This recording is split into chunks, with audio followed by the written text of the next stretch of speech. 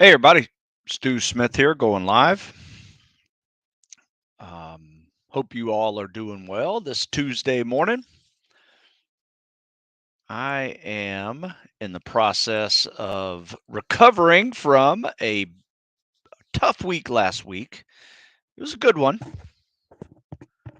Make sure you guys can hear me. Let me know in the comment section if you guys can hear me over there. So I'm not sure my audio is working. Oh, appears it is. Good. Well, here's the deal. Wrote some really cool articles last week. Check them out, stewsmithfitness.com. Most recently, the one that's on there is about optimal performance is the mastery of recovery. You may remember previous weeks we talked about longevity being the master of recovery. Same thing, a little bit different, but I think you may like some of the similarities and a little bit some of the differences as well. Um, let's see, we'll do some live Q&A today, so send some questions in. I will answer them as best I can. In the description of this video, I have linked in many of the common articles that people ask about, or articles relating to the questions that people ask about, and may give you a little more detail, when you're doing additional research on the questions you ask. Um, and then we'll do some CSS critiques. I pulled up 3 videos that I actually have not seen, either in a while or have not seen ever, and will critique those for you so you can see some of the good and bad things that occur when you're swimming. One thing is for sure, if you go to my TikTok page, Stu Smith 50, you will see over 100 voiceover critiques of the CSS. And what is really funny is there's a segment of the population that has no clue what this stroke is. And I get it. Most of them are competitive swimmers and they just act like, what is this? It's just because you don't understand it or know about it doesn't mean it's not a thing and it doesn't exist, because it's been existing for decades. Um, so um, it's a thing, just like cows and cardio are a thing.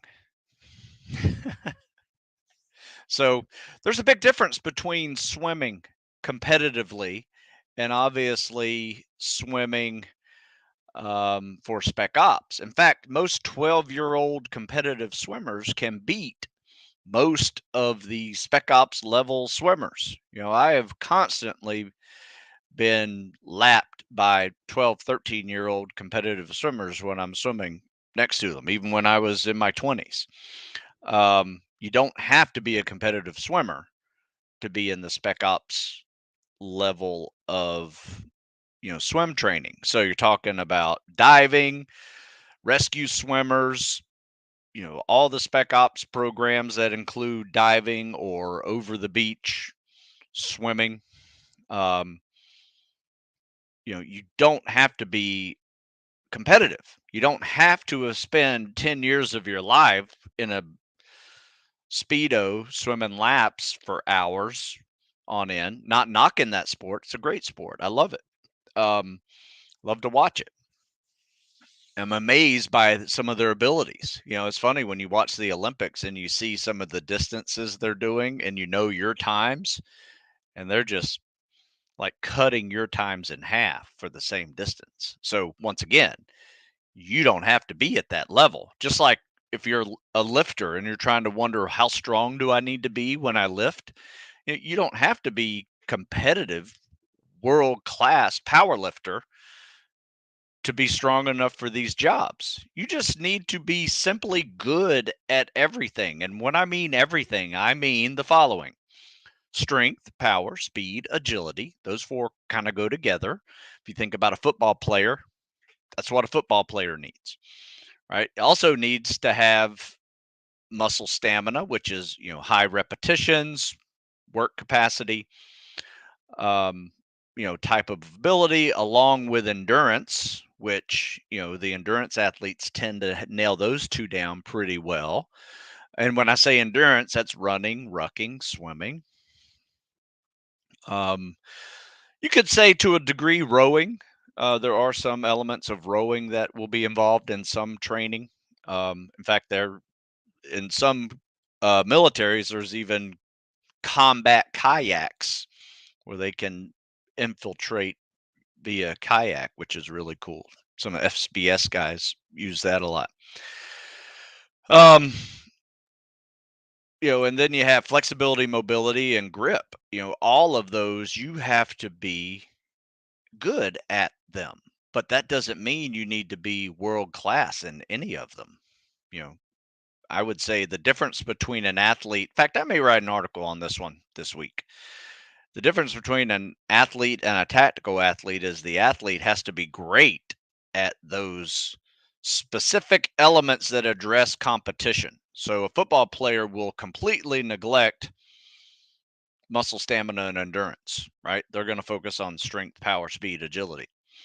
Whereas the endurance athlete is going to focus on whatever that modality is. Is it running? Is it swimming? Is it biking? You name it. Going to focus on that element of fitness, getting really good at that to a level to where they neglect other elements of fitness. So you're going to be great at those elements of fitness that pertain to your sport, but you are going to suck at those elements that don't. That's the difference when you're assessing your strengths and weaknesses coming into this game. Typically, you can take, and this is, generally speaking, if a football player comes to me, I know that person's going to probably suck at timed runs, swimming, and high repetition calisthenics.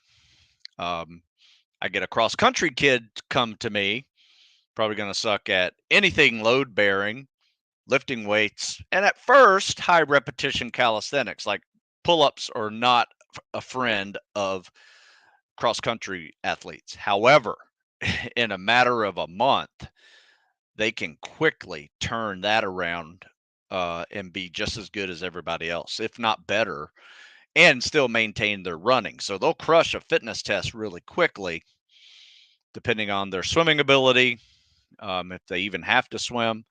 But they're going to have to spend a significant amount of time doing some amount of lifting just to build a little bit of durability for getting through some of those selection programs. Yeah, crushing fitness test is part one, getting durable and building your work capacity and ability to recover quickly to get through tactical programs is the part two of that journey. So, with that, that's my little spiel for today. In fact, I'm got an article brewing in my head on that one, so I'll put that out today on Instagram and probably Twitter. It'll be on my page as well. I'll probably send it out as a newsletter. If you want to get those, you can just sign up on Stu Smith Fitness for those newsletters. I try to update everybody with latest articles. Um, but Amar says, "Hey Stu, big fan. For average Joe, would you recommend Tactical Fitness or Navy SEAL Guide to Fitness?" Good question, because both of those programs have a beginner, intermediate, and advanced level progression in it. So either one of them will work. I would tell you this though, if you have no equipment other than the ability to do calisthenics, running, and swimming, and if you wanted to replace swimming with biking or something, you definitely could for the Navy SEAL Complete Guide to Navy SEAL Fitness. However, tactical fitness is going to involve a lot of equipment, like basically a full gym, backpack, sandbags, and a place to swim, or at least replace swimming with other non-impact activities. So my answer to you is either one is great, and it depends on your, um, I guess, equipment available.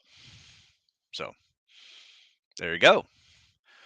What are your thoughts on the current state of buds? In the past few classes, the attrition rate has been incredibly high, with the last class only having 3 enlisted guys secure Hell Week. Yeah, I know. It's crazy. 6 officers, 3 enlisted guys finished that last Hell Week.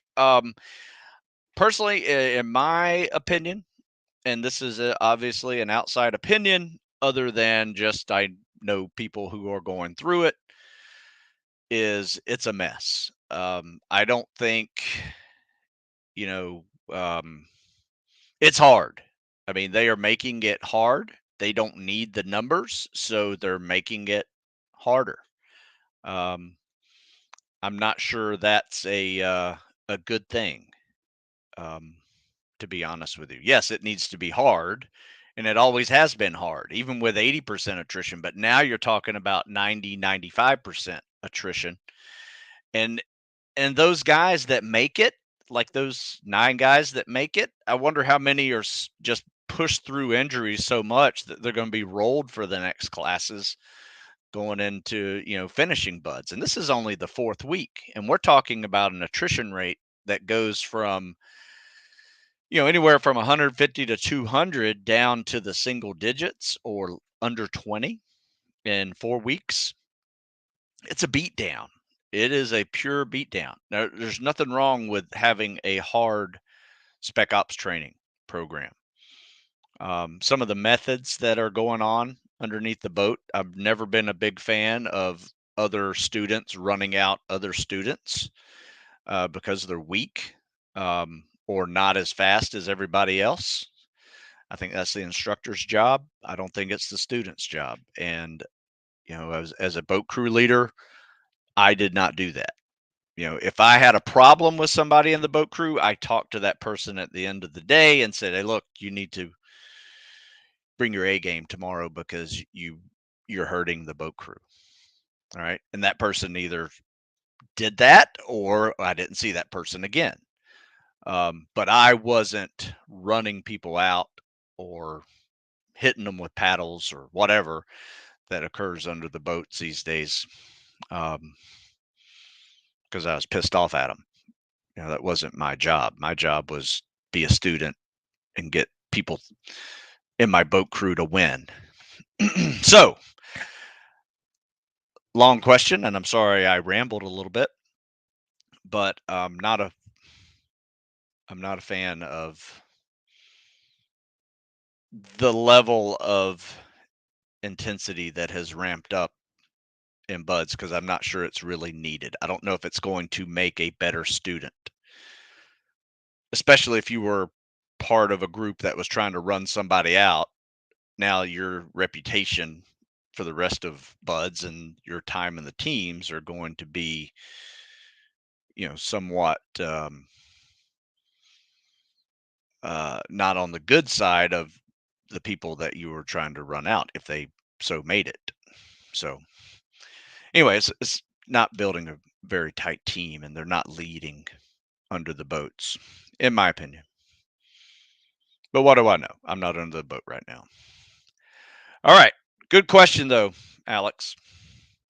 Put it this way. I will tell you this. A lot of the guys that work out with us in our local training group all want to go spec ops. However, many of them are saying, "Yeah, I'm not going to buds. They don't need me. Army and Air Force are paying 40K just because they want extra people. Um, they need people. Not saying that's why you should pick a service because of the money, but it's a completely different signal that they're sending. Look, we need people.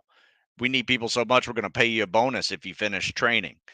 That is a different environment than what is happening at Buds. They don't need people, and they're going to let you know it right from the start. Not that the other ones are easy. It's just Buds is just graduations are just down to a trickle. I know the leaders over there. They're good leaders. The CO and the CO of the center. I mean, they're great guys. I know they are in the process of fixing that. So I'm not sure how long it's going to last. Hopefully, not much longer. Which kind of wetsuit do you recommend for combat swimmer stroke in cold waters so it doesn't disturb much? The kind of buds level wetsuits we had were long sleeve, short pants. So they were shorties. You wore a hood as well. That definitely will help with waters in the 50s. Once it's in the 60s, you probably need something thinner, maybe the same type of thing a surfer would wear. So not too thick, 3 millimeter, um, probably thick enough for that. But yeah, that's kind of I have. Sometimes I just try to tough it out and swim without a wetsuit, though it limits my amount of time I can be in the water. For instance, 50-degree water, I may only be in the water for like 15 minutes and then I'm shaking pretty good afterwards. Um, but once it gets in the 60s and into the 70s, and you can do your full mile, 2 mile, and as long as you're moving, you'll stay warm. Once it's in the 70s, in the 80s, even. Let's see. I only have access to my pool 3 times a week due to regulations. How should I alter the spring training to accommodate that? Um, my advice would be to either, if you're capable, adding to that swim session some of the what you missed the day before, or just skipping it altogether and replacing it with another non-impact cardio activity. Um, biking, elliptical, rowing, things like that. Additionally, provided you have a solid aerobic base of the run and running high mileage, how important is muscle mass in buds? The JO I spoke with us says it's vital under a log and boat. It is vital under a log and boat, but here's the deal. If you can get through 3 or 4 weeks of being under a log and boat, you're done with logs and boats. So you have to have a very solid aerobic base because after Hell Week, Buds is going to turn into a triathlon for you. I mean, you may do some rucking, but you're not going to be under a boat and log anymore. We're talking about weeks 1 through 4. That's it. You got to survive a month of it. So, yes, it's nice to have some muscle mass on. I was glad I did. I was 6 foot, 195. That was perfect. And then after Hell Week, I dropped down probably about 190 and just turned into a cardio machine because the runs got faster, the swims got faster. We started rucking in third phase. So both are important. So that's my answer. Both are very important. Though I will say this, I have seen skinny kids get make it through that no problem. Um, they didn't get crushed. They were just wiry, strong type of kids that just tough. And then the rest of Buds was all they had to do was run and swim. That was pretty easy. Do some obstacle courses. The bigger guys had the problem after first phase than the little guys did. Because they were, like I said, running and swimming got a lot faster. Good question. How do you practice guiding for open water like 2 nautical mile swims when you have access to a 25-yard pool? Um, my advice is if you really want to try it, I would say in the middle of the pool every time, do a peek. Basically, look up. So you're just going to every time you get to the middle of the pool, look forward just to see where you're going. Because typically, what we do in open water is about every 5 or 10 strokes, we will come up and take a peek just to make sure we're guiding correctly.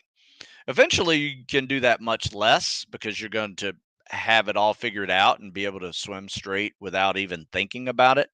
But when you're first going through it, it may take a couple months in open water for you to actually have a balanced body that allows you to swim straight. Because a lot of people have this natural curve one way or the other, to a point where I've seen some people swim a complete circle in about 10 minutes. They thought they were going straight, they weren't looking, and they swim a big circle, which was pretty funny. So guiding every 5 or 10 strokes is what we did. In fact, the way my swim buddy and I did it, and you got a swim buddy throughout this whole thing, is he he guided on every 5 strokes, and I guided on every 5 strokes, but it was separated by 5. So let's say you started off at 0, right? Everybody guided. He'd go on 5, I go on 10. He'd go on 15, I go on 20. And it was just every 5 or 10 strokes, you look up, make sure you can see the buoy. And if you can't see the buoy, another thing to do is look what's behind the buoy, and you might see a tower or a tree or something like that, or a pier or something. And then you don't have to come up as high to see this really low buoy. You can see the tall structure that's behind it and guide right on that. You may not even have to come up that high. Might just have to look up. Or you can time it to be on top of a swell in the Pacific Ocean where you're actually rising 5, 10 feet sometimes, and you can see everything at the top of a swell. But if you're at the bottom of a swell, you won't see anything. So it's all timing, and you'll learn it. It's pretty fun learning process. Going into dive medical tech program, finished PST last week. Don't PCS for another 9 months. Now that PST is done, how many miles of running pool time in the pool do you recommend weekly? Also, weights versus calisthenics. Um, Great question. You have plenty of time. You could do both weights and calisthenics if strength is a weakness. If you need some durability, yeah, add a little cycle of weights for a month or two. Then you need to be going into that training doing really well with your muscle stamina and endurance, because that's what you'll be doing. You'll be doing a lot of swimming, a lot of running, a lot of PTing. But you also need to maintain that PST score, because there's a dive prep that you're going to have to go through, which is a lot of treading. Make sure you add treading to your swim days. Um, if you don't pass that PST, you're done. So it's really important to get to the training by crushing that PST. So maintain those PST scores. If you need some strength, add a little strength cycle. Get back on the cows and cardio for the last 6 months before you head out. How many miles of running? That depends on you. I would probably build up to 20 miles fast a week. Time in the pool, depending on your swimming abilities, anywhere between I don't know, an hour a day, 5 days a week. If you're great at swimming, probably cut that in half. But you may want to spend a significant amount of time treading water as well. So I would start every swim workout and end every swim workout with a 5 to 10 minute tread, no hands. That's how important treading is. Then do your 1,000, 1,500 for swimming. Call it a day. All right. Is there any issue with doing mobility routine every day at the end of the day? No, great question. Post workout, of course, or should it be limited to once or twice a week? You know what? Funny you should mention that, Joe. I'm actually started this week with a mobility day. Did a run today, run leg day, and we're doing mobility day tomorrow. Mainly because I think we needed 2 mobility days this week, primarily because we crushed it for 6 days last week pretty hard. However, yes, what I call the mini mobility day, like usually a mobility day is this: repeat 5 times, 5 minutes of non impact cardio activity, followed by 5 minutes of stretching or foam rolling. What I like to do every day at the end of the day is a mini mobility day where you do 1 or 2 cycles of that. So that's 5 minutes of cardio, non impact, followed by 5 minutes of stretching or foam rolling or massage tool for 5 minutes. And it's up to you if you want to do that for 10 minutes or 20 minutes as part of your daily cool down. So that's how I do mobility day. And we're doing 2 of those this week. Apologies for the questions. Final two questions. Do you recommend getting dive qualified before shipping off to buds? It's not needed, but I did. And I was glad I was, not a stranger to breathing underwater with a regulator in my mouth for the first time at buds. I don't think it made a big difference for folks. Um, but yeah, it was something I never really kept track of. Maybe the folks that failed pool comp or OC8, I wonder if they were dive qualified or not. I'm not saying it makes that difference at all. I'm just curious um, what it was. I was, you know, I did it right the first time and was glad for it. So I'm a big fan of being scuba qualified prior. And two, using the breaststroke kick okay for the PST. In fact, yes, I'm going to show you a breaststroke kick swim session or swim kick, provided you know how to swim with fins well enough. I feel like my breaststroke kick is far stronger than my scissor kick. For some people, that's the way it is. That's just the way it is. For me, I'm just the opposite. My scissor kick is much stronger than my breaststroke kick. One reason perhaps is I never grew up doing breaststroke kick. I only did scissor kicks, and I never swam competitively, and my whole life was running. So my legs are probably built to open and close this way versus this way, right? Like a breaststroke frog kick.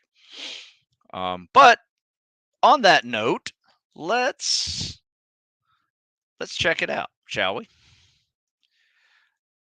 I'll see if this is a. Let's see here. I think this is it. Let's see. Can you guys see this? You guys can't see this, can you? Hang on a second. This is swimming with fins. So let's see. Share my screen, Windows, boom. All right. So my bad on this one. I thought this was with the breaststroke kick. I'll show it to you next. This is a swimming with fins kick. Now, the thing that he's doing a little bit wrong here, he's not too bad on it, but he's got a little bit too much knee bend. I call this bicycling. If your kicks look like you are bicycling, then you're not doing it right. This should be more from the hips than it should be from the knees down. Now, the good news is this guy's going Army, so he doesn't really need this unless he goes into the combat dive course. But yeah, that is, yeah. I think my critique for him, because he's a local guy, my critique for him was you need to straighten your legs when you kick. And see that high elbow there? That needs to be underwater. Too high there. Use that top arm all the way, bring it up underwater versus bringing up that high elbow. All right. There we go. So I'll see if I can find that breaststroke kick real quick. And yeah, afraid I screwed that up. I don't have the breaststroke kick video. Maybe I do.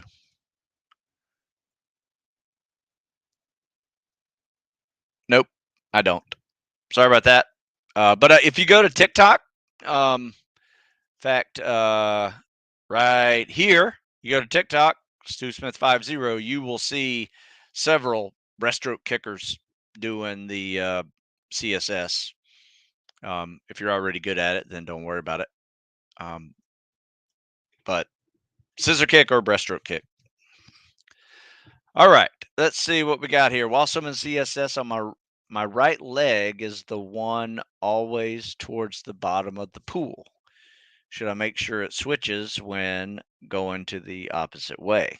All right, so the CSS is a side stroke, right? So whatever, you're going to have a top leg and a bottom leg. the thing that remember on this kick is those kicks need to be the same. What I mean by that is top leg goes forward, bottom leg goes backwards in the kick. And then when you switch sides, it's the same thing. Top leg goes forward, bottom leg goes backwards. So you actually change the kick when you change sides.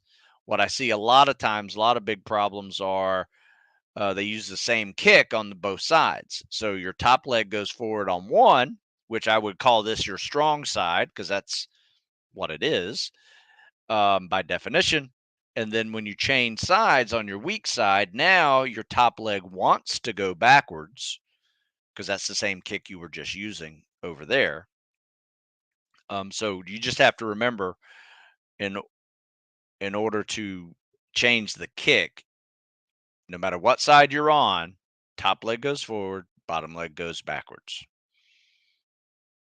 So there you go. Think that answered your question. All right, so let's. I think we caught up with all the questions there. Let's do another one of these and see what we have. I'm going to share my screen again.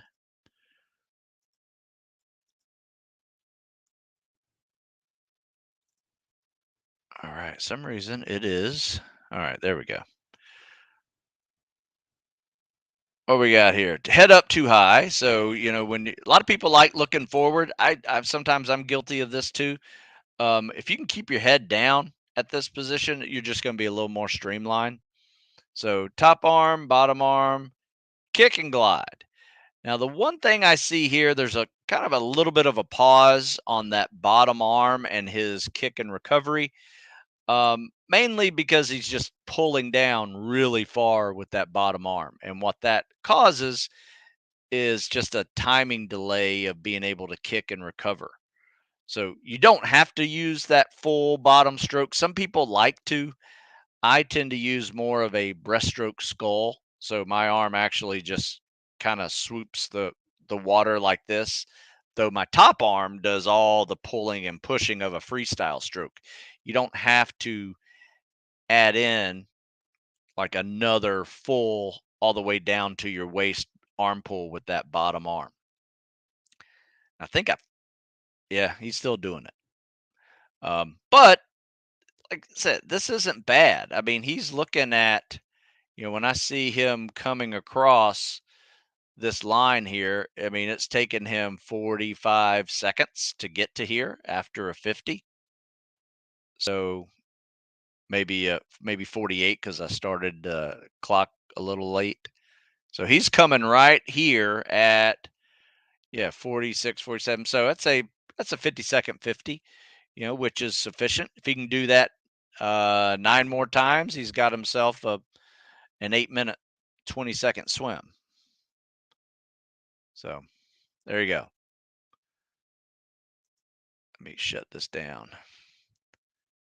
Stop sharing. All right. So, do you have any advice on how to make the turns in the 25-meter pool while swimming with fins? Very awkward. Um, you can't flip turn, and you have to do what's called the open turn. So, it's not a competitive open turn. A competitive open turn, like when you do breaststroke, both hands have to touch the wall.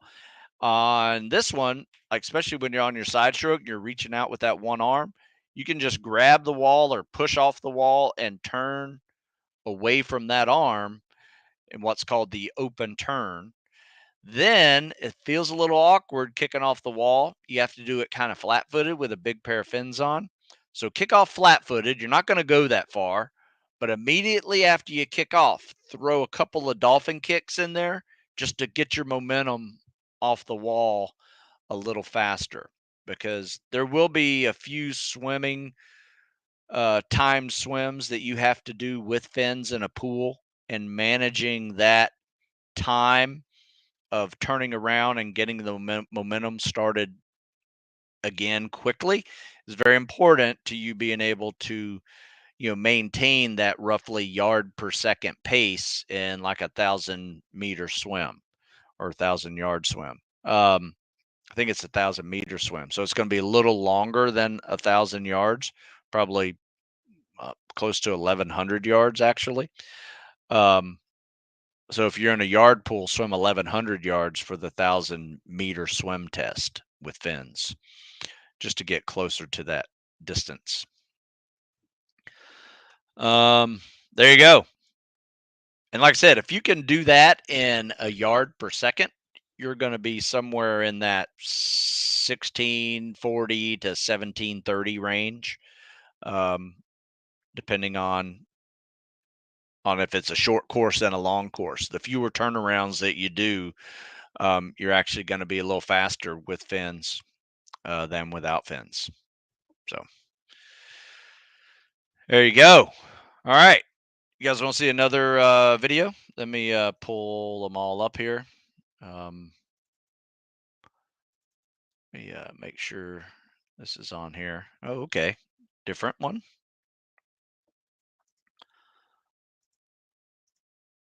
All right. So, oops. What is going on here? Why isn't that working? All right. Hang on a second. Share screen. Window. That is so weird. What is up?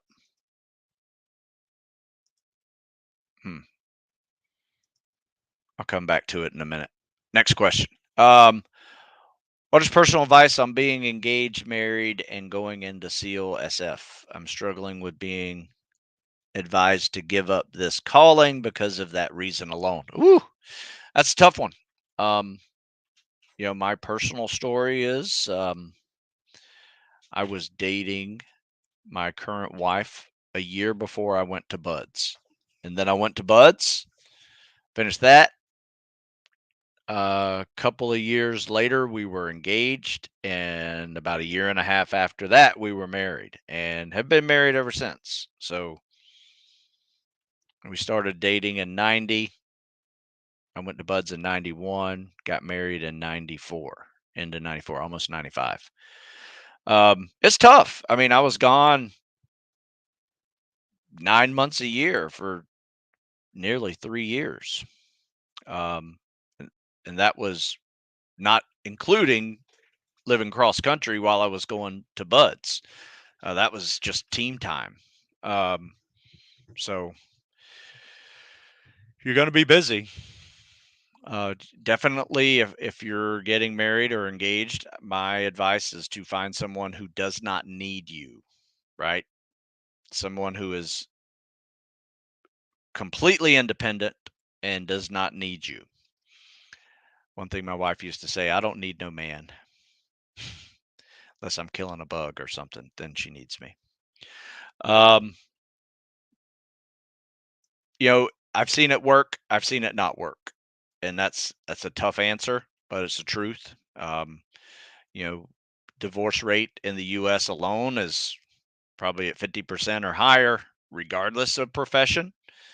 Um, Military weddings and marriages are higher than that national average. I'm not sure exactly how high, somewhere in the 60s, 70s. So they're harder, but it's not impossible either. All right. Do I plan on any new books for 2022? Well, beginning of this 2022, I did one right here. This is my latest one called Spring Training. Now, the neat thing about this is we are actually doing this right now, and we did it last spring. So we did it last spring. It's a block periodization model. 3 weeks of calisthenics and cardio focused on a deload week from running and little lower repetitions. And we go into a week of lifting. And this is one of my favorites. This is one of my favorite workout cycles. Um, it's a little different than this one. This is a previous year that we did. It's not that same type of model.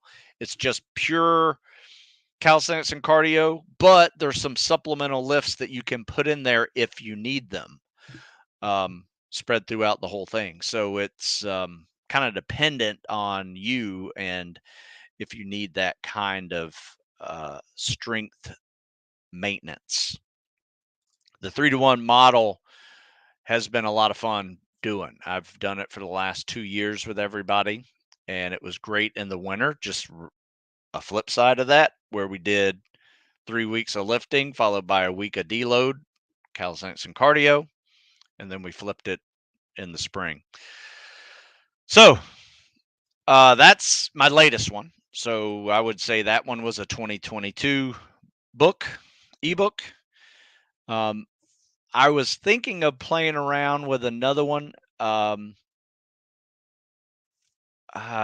more of a tactical fitness type programming, modeling all the elements of fitness, like we mentioned earlier in the show, um, and teaming up with a nutritionist PhD to really hammer down not only uh, caloric intake and what you should have each day for performance, but also for weight management, even weight gain, um, and work it like that. So that's my next model idea. It's still formulating. There's going to be a mental piece to it, but probably definitely different periodization models that you can use with this based of nutrition.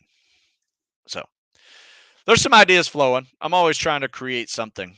Um, so good question, as always. On that topic, how much more lifting could you realistically add to the 3-1 spring plan? Could you do some hypertrophy style sets later in the day, or would it be counterintuitive? Um, Not necessarily counterintuitive. I mean, you may find it depends on your ability to recover. So, uh, whenever people ask me about adding to any training program, first of all, do the training program. And at the end of the week, without any supplement programs, how do you feel? Are you fully recovered? Do you think you could have handled more? Then the following week, add more. Maybe add in an upper body day and a leg day, um, to your lifts. Um, to the days that you're doing legs and running and swimming with fins, add weights for your legs. To the days you're doing upper body, add an upper body day. Go through that, just 2 workouts added. At the end of the week, how do you feel? Are you recovered? Do you feel fine? Because if you're dragging ass, chances are you don't need to add those extra workouts, right? But if you're fully recovered on Sunday and you're ready for Monday, see if you can handle 2 workouts a week. Then the following week, see if you can handle a third. That's how I would do it. Don't just do it blindly without kind of testing your ability to recover. Because last week, we actually tested our ability to recover. What we did last week was, we broke up the week into 3 MRFs. So on Monday, we did a MRF.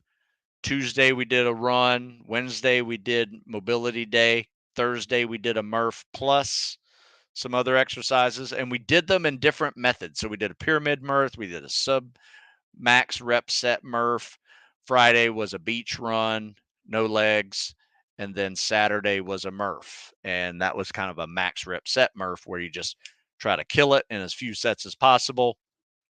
Added a few other things like push presses and bear crawls and lunges because we felt pretty good. We felt like we were recovering pretty well. However, after that Saturday, we were spent. Sunday was a beast of recovery.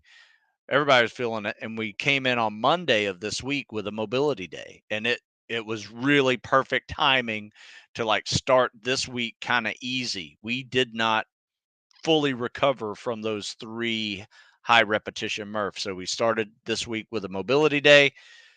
Today was a run with some legs, not a lot of volume. I think we might have done 100 squats in a hill day run. And then tomorrow is going to be another mobility day. Hopefully by then we can feel recovered enough to crush Thursday, Friday, Saturday with 3 difficult workouts. So that's what I mean by assessing how you are recovering from this, because everything has to be in line. As long as you're sleeping well, you're eating well, you're hydrated, you got your electrolytes when it's hot and humid or arid. Chances are you're probably going to be able to recover from those supplemental plans. But if any one of those fall out of whack, you're going to feel like crap at the end of the week, and not really able to recover or come back in that following week and be able to crush it like you normally do. So there's a lot to consider. What's your last question? Oh, that was your last question. That was a good question. I like that one. That was really good. In fact, I'll probably write on that one because that's one of those needed to discuss questions. A lot of people neglect that mentality of really understanding, when you add something, just adding something doesn't make it better, right? Sometimes less is actually more and you perform better. I can't tell you how many people I have pulled the reins on over the years and said, stop that extra workout. What you're doing, just follow this.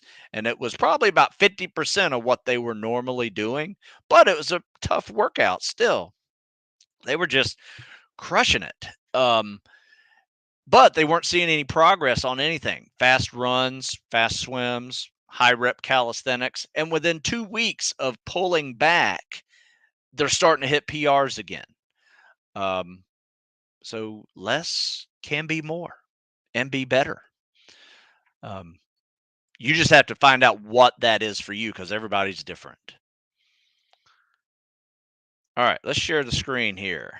It's a great little swim here. Let's see what's going on. Good kick off the wall, transition, boom. So top arm, bottom arm, kick, hold the glide. Yeah, she's really good. She's a beast too. Runner, strong. Top arm, bottom arm, kick, hold the glide. She's good to go. I don't have anything to say on this. Probably a little bit too much, a little awkward on the dolphin kick there. Just do one dolphin kick. You don't need to do two. That second one was a little awkward. High elbow coming out. That needs to be under. Top arm, bottom. That's a good scissor kick. Good glide. You see, remember me telling you about the lower bottom arm? See how the bottom arm is more like just a short skull? Like, notice this bottom arm here. Barely even, yeah, it's just like a breaststroke. No, that's good. Great job. She crushed that, I would say. All right. Another question. Jackson, are there any instances where your beginner running program is too much for somebody? Absolutely. There are some people that should not be running at all. If you're 50, 60, 80 pounds overweight, I would not put you on any running program. I put you on a sitting program, on a bike, on elliptical, in the pool, on a rowing machine, something non-impact. Last thing you need is, an extra 50, 60 pounds beating up your knees and hips and lower back and feet, shins. You'd be dying. Find myself getting injured on very low mileage, 4 miles per week on the beginner program. Maybe I need to cut everything in half. Well, here's the deal. Sure, cut the mileage in half, but don't skip out on the aerobic activity for that time. If you take out 2 miles, you should be adding 30 minutes of biking or elliptical or rowing or something that's going to get you some aerobic activity without the impact.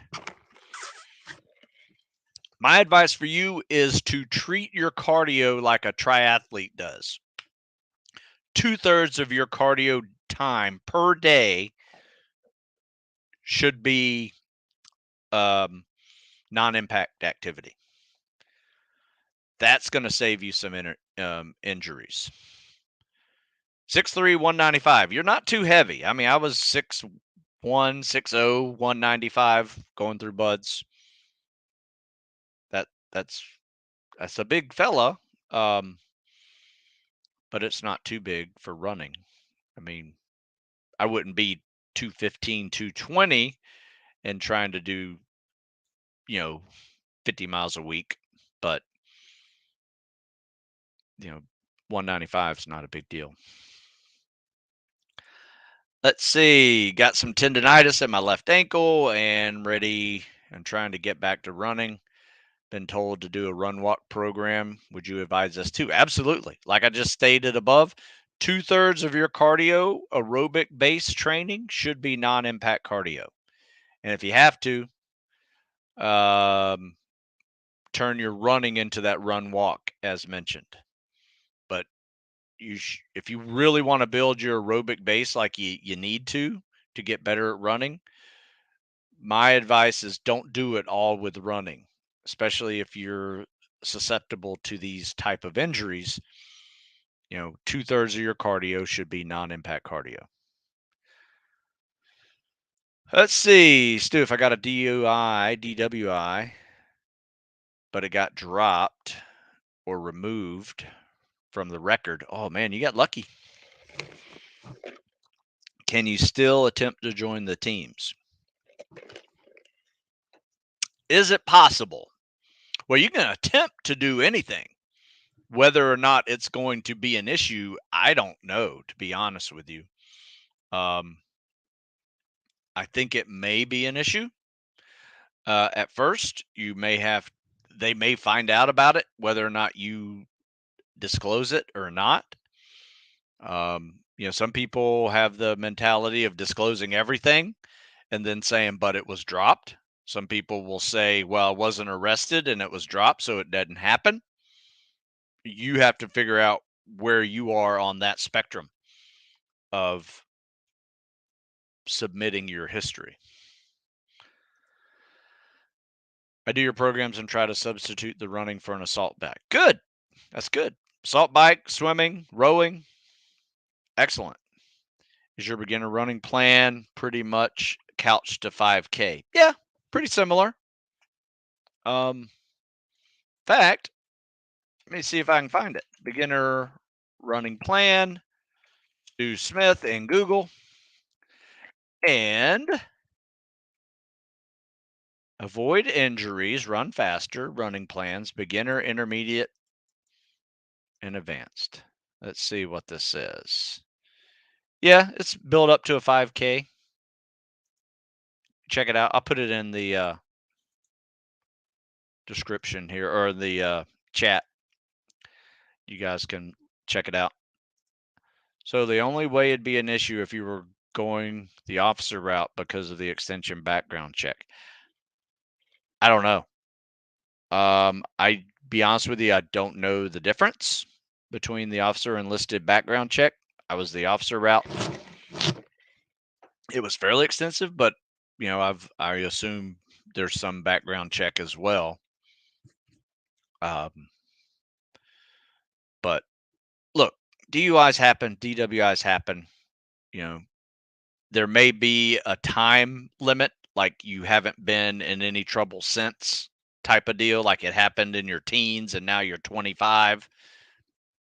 For instance, that may be helpful in your case if it is found out or pulled up by your criminal record. Be real interesting to see, share back with us when you go to the recruiter if they actually pull it up and it's there on your record. I don't know if it will be or not. Or it could be, and then explain that it was dropped on there too. So be really interesting to see if which way records are handled. Unfortunately, you're not going to really know the answer to that until you go in the recruiter's office. But once again, I wouldn't go into any recruiter's office until you are flat out crushing the PST. So you walk in there, you take the PST on the first time, because the last thing you're going to want to do is this recruiter seeing, oh crap, I got all these waivers I got to do, and this guy can't even pass a PST. Why am I wasting my time with this guy? So go in there, be serious, crush the PST, crush everybody in that office with the PST. Then He's going to look at you and say, hey, he's a pretty serious candidate, pretty good guy. I'm willing to put in a little extra work for him to get these waivers taken care of. Because that's how it goes. Yeah, I don't know legally if it's called an expungement or drop. Maybe that's legal term and legal process that takes it completely off your record. Be interesting to see. Like I said, if it even after an expungement, is it still on there for a recruiter to see? I don't know. So you're kind of asking me questions that I really don't know, other than I've had a little bit experience with it, and I really don't thoroughly understand what can happen when they do a criminal background check. What actually comes up? Stuff when you were a minor, does that come up too? I don't know. All right. Any other questions? This has been a good one. I've gotten a couple good ideas for articles on this one. Like I said, I'm finishing up one right now about the difference of the tactical athlete and the athlete. Maybe after your athletic performance is all done, what do you do next? Don't feel like being at a desk job? Consider the tactical professions: military, law enforcement, firefighters, emergency medical services. All those are great jobs, with a common mission of helping people, fighting fires, fighting bad guys. You may that may be appealing to you when your time wearing a sports uniform is done. But the good news is, to be a tactical athlete, you don't have to be a former athlete. You just have to be good at everything, and even non-athletes can get in great shape and do this. Yeah, Jeff and I just talked the other day, and we are trying to get another podcast in there. We've just been crazy busy on both ends, and my schedule's opened up and his was busy, and his opened up and I was busy, and it just hasn't matched as well as I would have liked. All right, Jaron has some legal advice for us. Generally, expungement removes the offense from the background check. Usually comes after a parole, probation, or deferred sentence. That's good. Thank you much. Latest book, Spring Training, Getting to and Through Selection. It's a good one. If you don't have any equipment, calisthenics and cardio, classic. Good stuff. StuSmithFitness.com. Also, if you guys, thanks for sticking around. I do have a coupon code over there. Compete20 saves you 20% if you want to get anything. I appreciate your time. Great questions. And good luck to you all. Until next week, we'll see you later.